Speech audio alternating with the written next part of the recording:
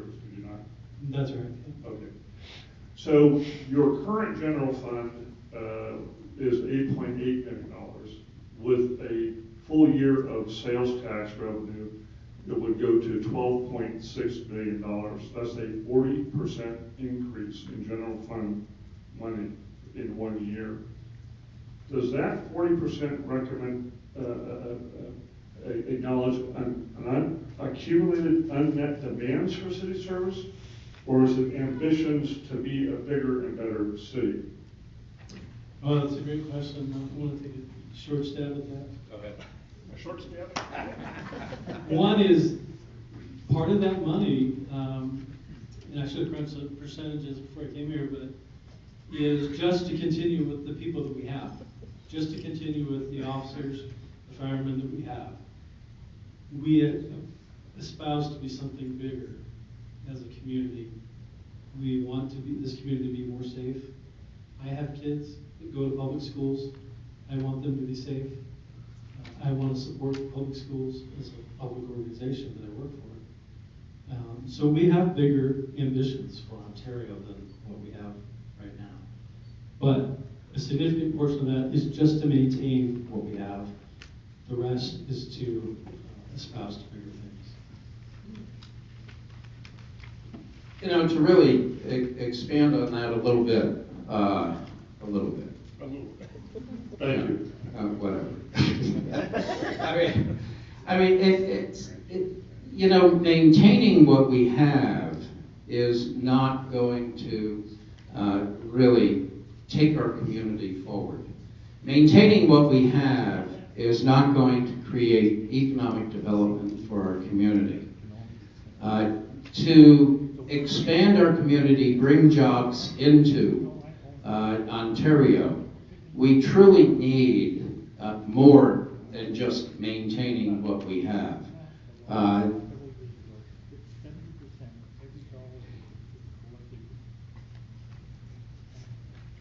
Thank you. Need a hallmark. No, that was good. That was good. So what we're looking at for the future, and the reason why we do have anticipated expenses more than what we need for just maintaining our present position, we want more boots on the ground. We want a gang officer. We want dedicated detectives. And we not only want them, we need them for the community to keep our community safe. Well, Ron, when you say we want that, who is the we? The we is the community. When we get over 11,000 calls for service in a year, our community is reaching out for help. We cannot maintain those 11,000 calls for service and do a good job in servicing every single one of those calls if we don't have the personnel. Our community is demanding it. I guess the ballot box will tell you if that's true. So let's talk about some of the things that the city has promised to buy or spend money on if the sales tax goes through. One of them that gets a lot of conversation is reopening the Aquatic Center. Why is a pool a priority for city spending? You want to take? That's probably one you should answer. Oh, what the heck? I mean, I have my own opinions about this, but I have to stay neutral on that. Well, he is somewhat restricted by state rules, but I got to tell you, one of the loudest outcry that we have from the community is recreation, not only for our youth, but also for our elderly people as well as just families. The pool has been a community source for not only recreation, but it really has availed us that part of the community that is called quality of life. When somebody wants to come into our community to settle, whether it's Apple Computer or whomever, they're looking not only at the statistics that we have on the crime level, but they're also looking for quality of life for their CEOs and their wives and their families.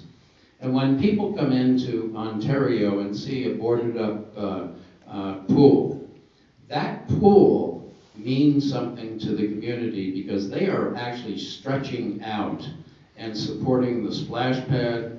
The many thousands of dollars that we've got in for donations on that just alone, I think is going to make a difference for our future.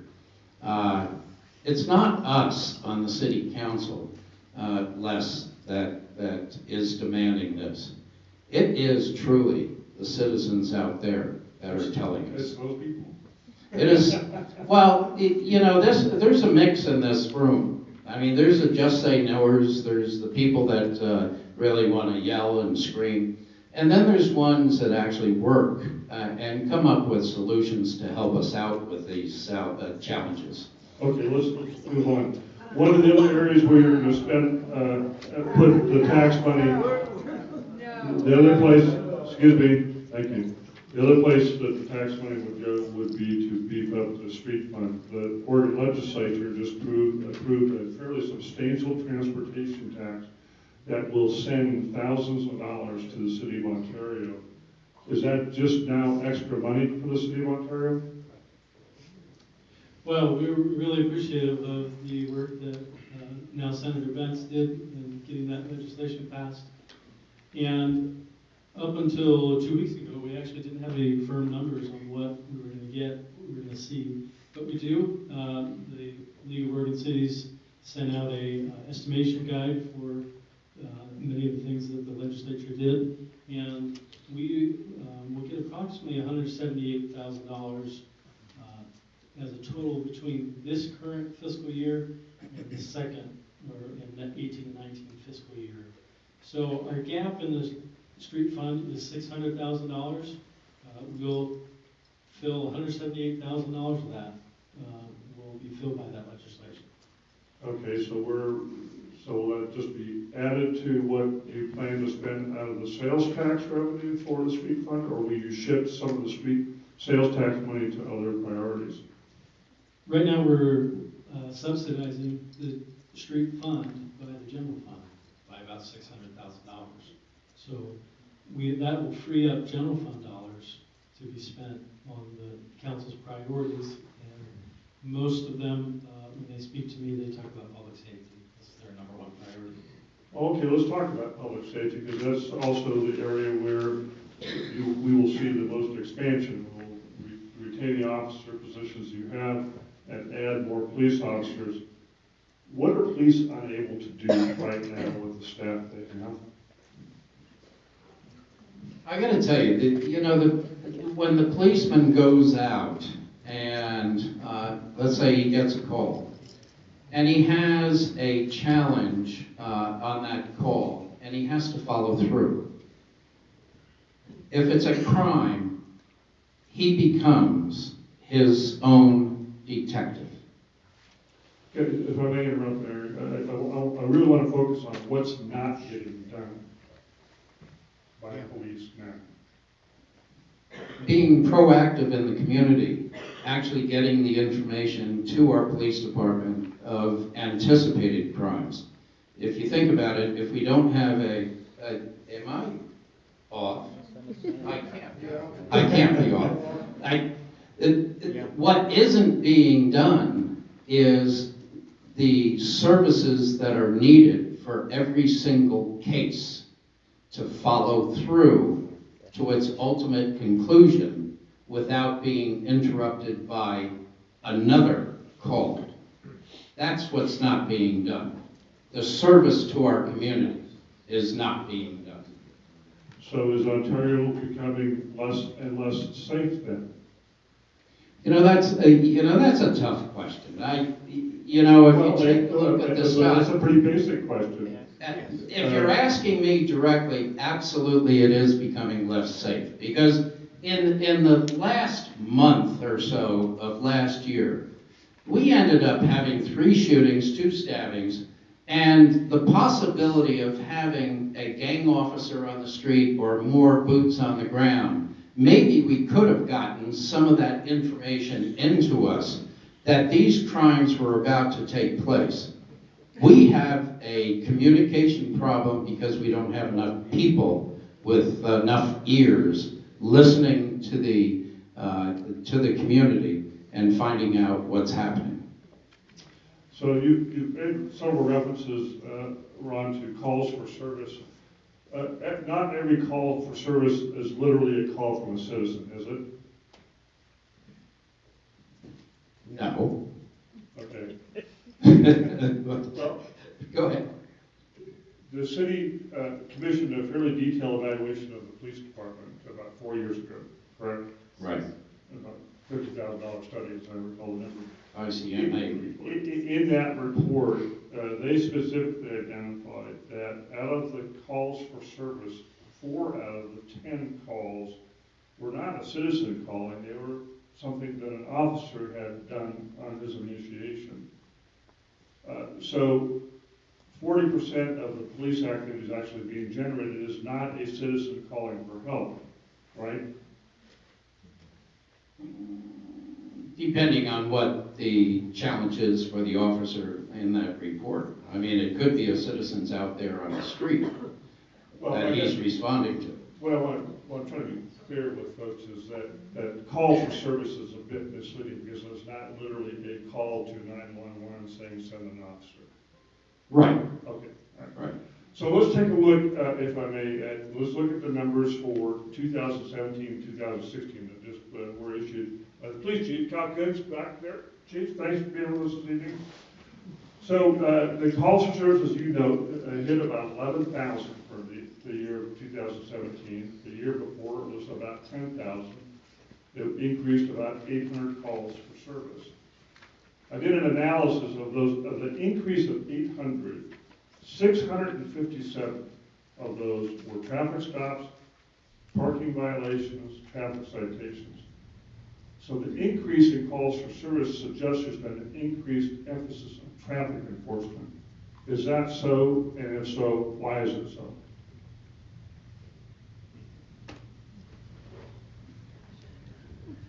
You know, it's not a trick question. I'm trying to frame. Uh-oh. You know, He's got a gun. He can have this is great. I needed help on this one. I've been asked to repossess the microphone here. Number one, I'm Cal Coons with Ontario Police Department. I'm honored to be your chief of police.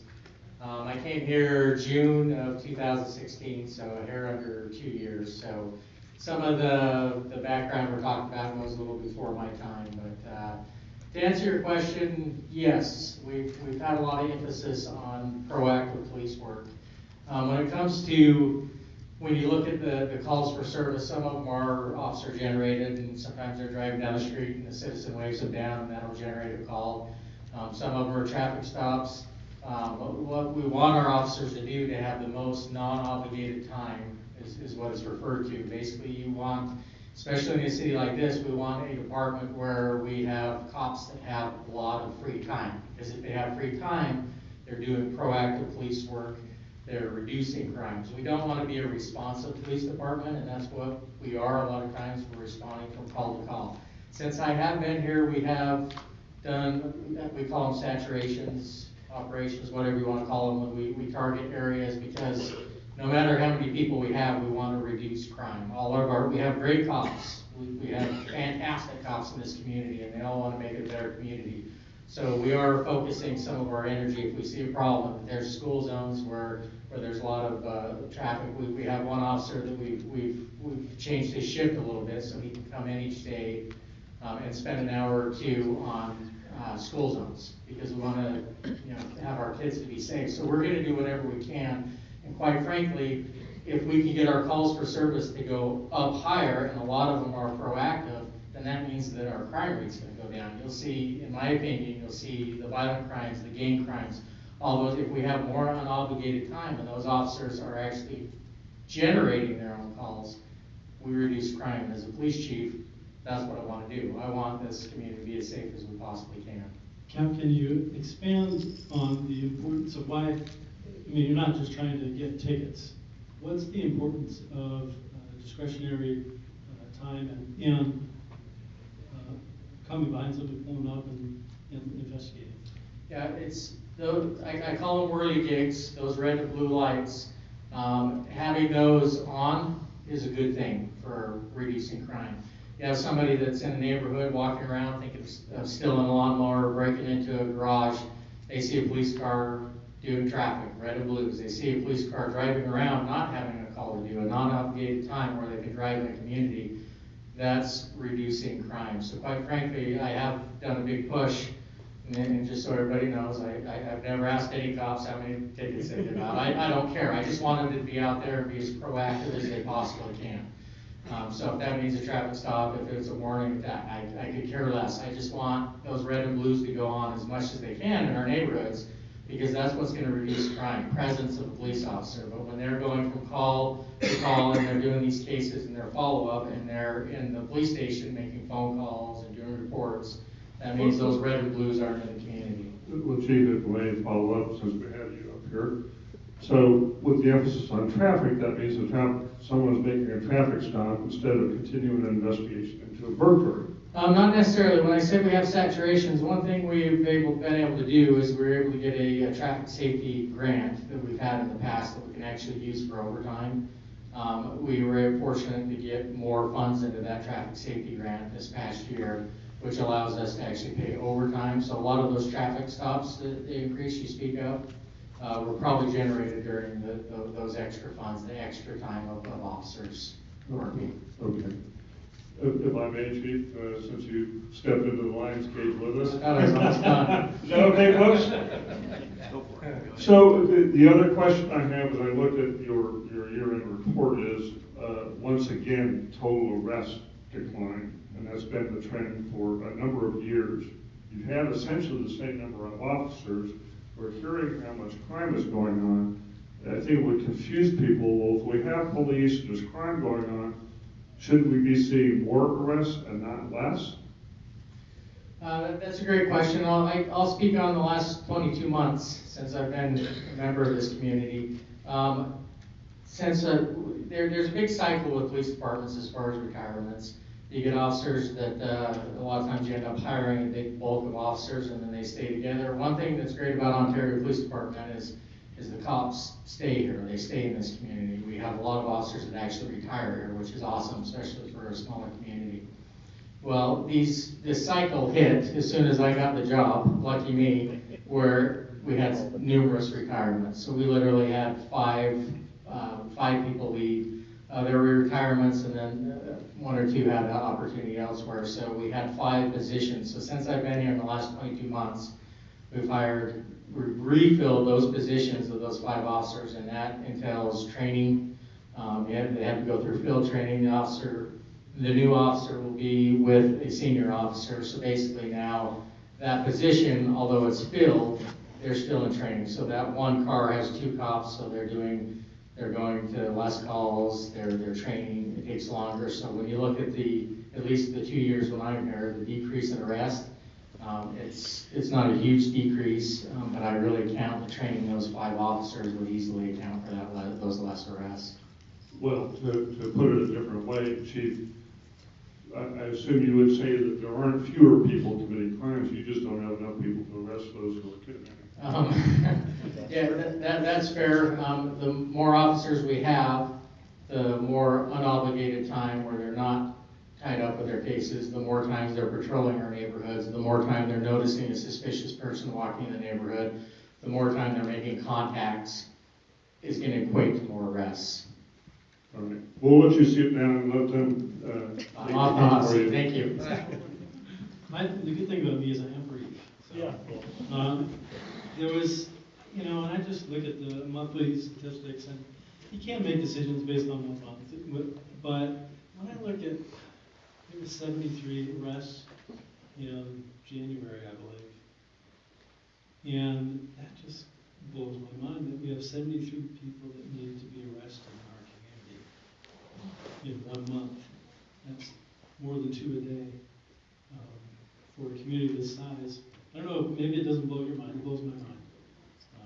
That feels high. And that's with strained resources. Okay. All right, so let's sort of spin ahead a little bit. So if you get your sales tax, or the city gets the sales tax, you're going to expand the department by 4 or 5 officers. How are you going to use this new manpower? Their first will be to add 3 police officers to be on the street. There's 2 detectives, I believe, and they'll be able to handle the cases, because the officers right now, when they generate a case or there's whatever crime it is, they have to do their own investigations. So we'll have dedicated detectives to handle the officers' cases. And then lastly, we'll have a captain position, because right now our sergeants are in the office too much, filling out reports, because there's no other person to do that. We want the sergeants to be out on the street. So with the captain position, you get sergeants out on the street, you get 3 more cops out on the street, and you decrease or you increase the discretionary time of officers, because they're not having to do investigations on their current case. So if the taxpayers give you this additional manpower, what can they expect in return in a reduction in the crime rate? Can you forecast at all? Are we going to see a 5% reduction, a 10%? Should taxpayers expect any change in the crime rate if you have more officers funded by the public? Absolutely. They would expect to see a crime reduction. By how much? And I can't put a number on this. Well, is it 5%, 20%? I mean, taxpayers are buying this, what you're selling, so to speak. What are they buying? The goal is to provide a safer community, and you do that incrementally. We add more police and see if we're doing that right. We're always trying to measure ourselves against best practices to see if we're doing police work, fireworks, whatever business that we're in, if we're doing it the best way we can do it. But everything is done incrementally. You do something, you try it, and see the difference, and then you react. Right, but you're asking the public to give you 5 more bodies in your police department. And I guess what I'm trying to get from the city is, what is the return to the taxpayer on that investment, something more than a safer community? You know, I deal with economics, statistics, numbers a lot, and maybe I could figure out an econometric formula for this. Not here, not tonight. I don't have it with you, and it would bore you if I did have it. Let me weigh in on that. You know, you asked a question that's very difficult to put in numbers, especially percentages. If you think about it, if we have more boots on the ground, we're probably going to actually have an increase over the short term, and then a decrease over the long term. Because the safety of our community, if you have more police officers on the street with the amount of crime that we have in our community right now, we are going to have initially, and correct me if I'm wrong, Chief, I would think that we would have initially an increase in the amount of arrests, an increase in the number of citations, an increase of a lot of that, until the community actually understands that we have a proactive police force. And we don't know the percentages. I couldn't even tell you the percentages, but the reality of the situation is we don't have enough on the streets right now. Okay, so now, I'm tired of asking questions because they won't answer them anyway. Just kidding, Ron. So, Les, can I interrupt you for 1 second? I guess so. I just want to emphasize, you did a great story, or I'm sorry, Pat did a great story yesterday that's in your paper. And What paper is that? that would be the calendar Enterprise, is that extemporary? But if anybody hasn't read it, I encourage them to read it. I mean, your investigative reporting by Pat was excellent. Splendid. splendid, and it tells you the challenge they're dealing with, and our cops are dealing with. When they get on duty, they're going nonstop, and that doesn't help us.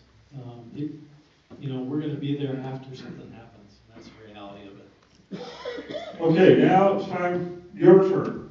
So, again, the ground rules, a question, no speeches, please. We want to keep this going. One question. Thank you, Les. Actually, I have this one, is why did the city pay almost $20,000 for a survey that was about a year ago on how to implement this tax? And one other, please, is why is the city wanting to, if somebody wants to build something here in town, you will lend them $10,000. Now, I can be political, but I'm not going to. I don't think it's the city's business. Who wants to take that? So, question number one, $20,000 to do research, and then the new $10,000 incentive for building a new home in Ontario. Why are you doing that? That's socialism. So I don't have, I broke this percentage down, but the issue at question is $3.7 million. And the thing to consider is how much would you invest to figure out if that's a wise decision or not. This was a third party, so you get an individual or a non-biased opinion from it, and something that's very analytical and not emotional driven. To me, that's something any $28 million business would do, is invest $20,000 in a study like that. The second part is we have had 3 homes, new homes each year for the last 4 years. We came up with a program where we would use our business loan fund, which was not being used. It's $600,000 that was not being used.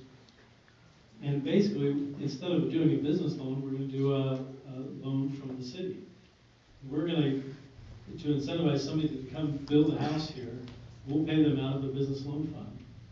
And then from the taxes that we get from a new house, we'll pay back the loan fund until it's made whole. That's as simple as this. Okay. So, I'd like to just inject just a little bit. I've got to be quiet. That business loan fund is not out of our tax base. This was a fund that was put together many years ago through the state, if I'm not mistaken, given to the city for the encouragement of bringing businesses in here. So that's not really coming from our tax base. Okay, a question from someone from our Facebook audience. How do you know 70%, 79% of the sales tax revenue will come from non-residents? Well, that's simple. That's from the $20,000 investment that we made in the research for the city in regards to what our community looks like. Our community looks like a retail hub for many other communities. This is not, coming from the 7 councilors or Adam Brown. This is coming from that, what do you call that? The survey. It's not a survey, it's a consultant. That's the reason why we have the brains around me, not here. Okay, thank you. But that's where it's from. All right, and also, as you ask a question, it'd be nice if you just tell people who you are. Hi, Jim Hutchins, born and raised here in Ontario. Earlier on in your discussion, you said that the city could not go into debt. Has there been any thought to muni bonds, and is that going into debt, selling bonds, or creating an endowment? So the communities are allowed to sell bonds, go into debt, as long as they can make the payment. So it's just like your home. You can, if you can afford the payment, you can do it. What they're not allowed to do is operate in a deficit beyond the resources they have. So have we considered bonds? For ongoing services, it's tough to rationalize selling bonds to pay for operating costs that don't have a return on them. I will tell you that we just finished a refinancing of 2 capital projects, and one in the water fund, one in the sewer fund, that will save, between those funds, about $42,000 a year. That was just finished today. Hey, question? I'm Thaddeus Bappy. My question is the general fund, where does the money come from for that? And if this tax didn't pass, the mayor said he was gonna raise something 9% or $9, what was that money gonna be coming from, the $9, to raise that for the police, let's say, their salaries?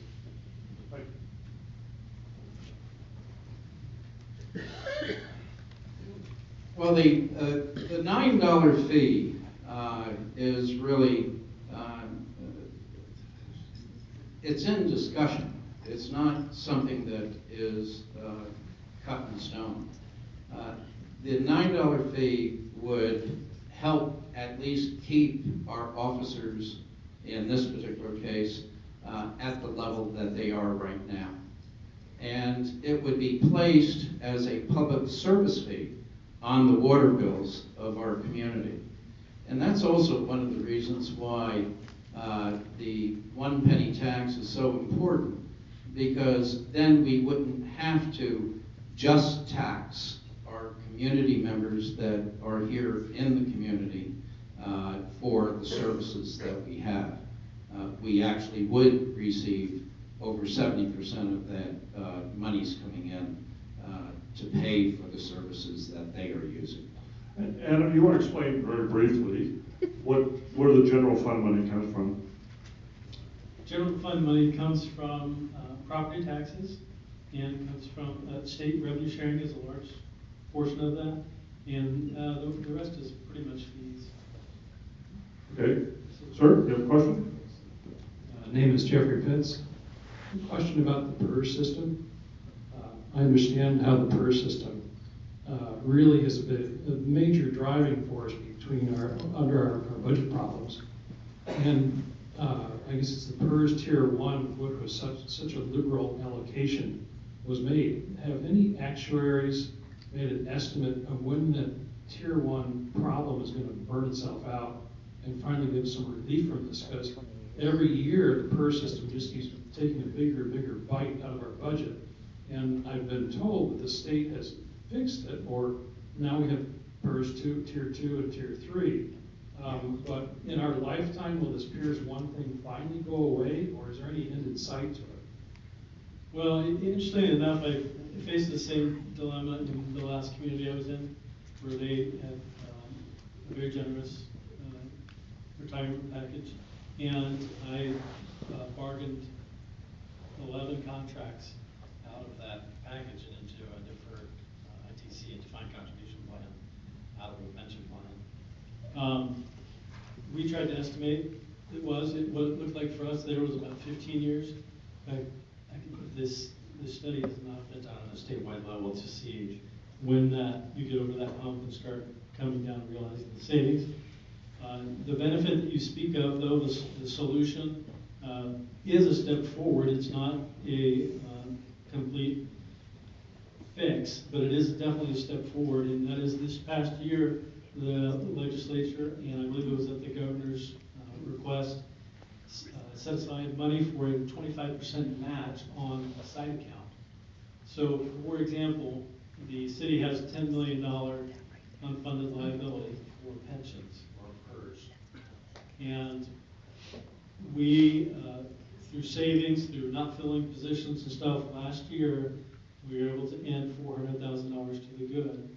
We met with the budget committee and the city council and said, hey, we think we ought to set that money in a side account so that it can be matched. Now that money can be matched, and we can pay down that $10 million by $500,000. That would have an immediate effect on our next biennium reduction. But it's going to be an incremental effect because we're paying off, 5%.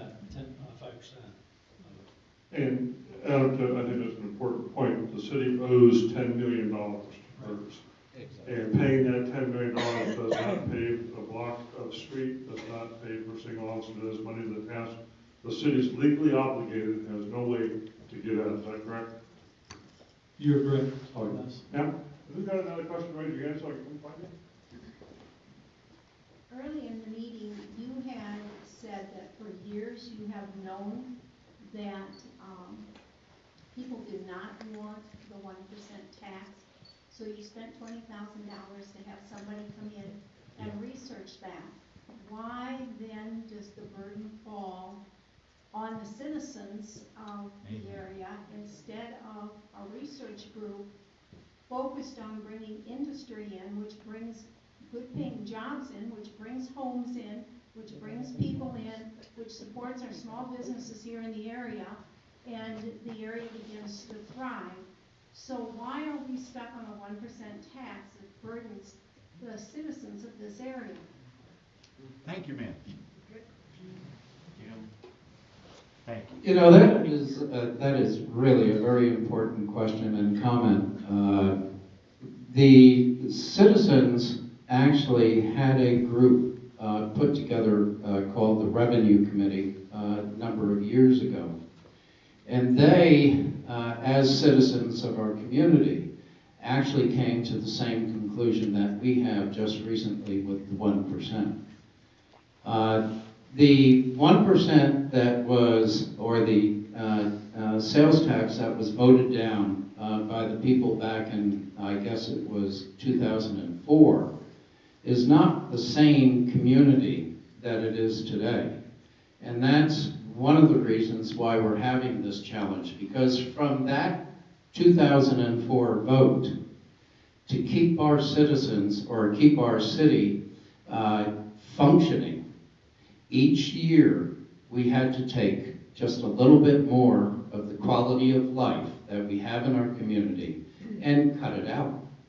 And that's how we have managed our budget, by every single year cutting just a little bit of the quality of life, and that's where we are today. Okay, ma'am, question? My name is Megan, and I am born and raised in Ontario, and I just want to say that I am undecided. But the question that I have is the salaries that are being paid out. I saw a comparison list, actually I saw it today, and it shows that our city manager, our patrolmen, and our firemen all get paid more, quite a bit more than LeGrand, Fruitland, and Payette. Have you guys looked at possibly reducing some of the salaries in order to generate funds that could go towards hiring more positions? We actually, as a council, have discussed it. And with that discussion comes the challenges of working with our unions. When we negotiate here in Ontario, especially for our police and fire unions, we have to compare the salaries and the benefits with other communities that are similar to Ontario in those negotiations. And we also have to stay within a 5% window